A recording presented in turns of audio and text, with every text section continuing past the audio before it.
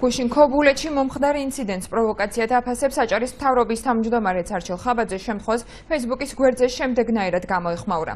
გუშინ ქობულეთში მომხდარი ინციდენტი ჩემთვის ყოვლად მიუღებელია. აჭარა ყოველთვის იყო ერთ-ერთი ყველაზე მრავალეროვანი რეგიონი საქართველოში და გამოირჩეოდა რელიგიური მრავალფეროვნების მიმართ შემწყნარებლობით. ამიტომაც სრული პასუხისმგებლობით ვაცხადებ, რომ გუშინდელი ფაქტი იყო პროვოცირებული მძალების მიერ, რომლებსაც ნებისმიერი ხერხით ქვეყანაში დესტაბილიზაცია სურს. ძალიან მრცხვენია და გმობ იმას, რაც გუშინ მოხდა, აცხადებს არჩილ ხაბაძე. და დღის სხვა თემების შესახებ ბათუმის შოთა რუსთაველის სახელმწიფო უნივერსიტეტის სტუდენტური თვითმმართველობის საერთო კრება, რომელიც დღეს უნდა ჩატარებულიყო, გადაიდო.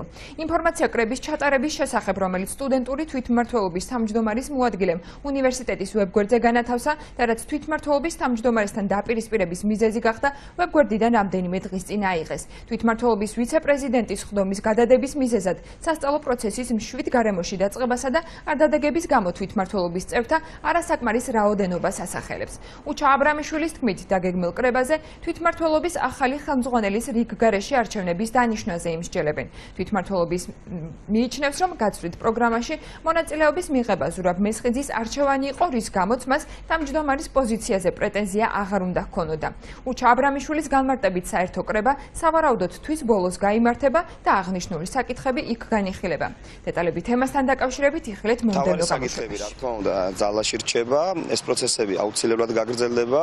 უბრალოდ საინიციატივო ჯგუფმა იმსჯელა და მიიღო გადაწყვეტილება, რომ სასწავლო პროცესის დავიწყოთ ძალიან მშვიდ გარემოში, მივიღოთ პირველ კურსელები და აი სასწავლო პროცესის დაწყებიდან უახლოეს დღეებში ისევ საინიციატივო ჯგუფი გააკეთებს განცხადებას საერთო კრების მოწვევასთან დაკავშირებით და იმ საერთო კრებაზე ეს იქნება ისევე დღის წესრიგი ისევ ის,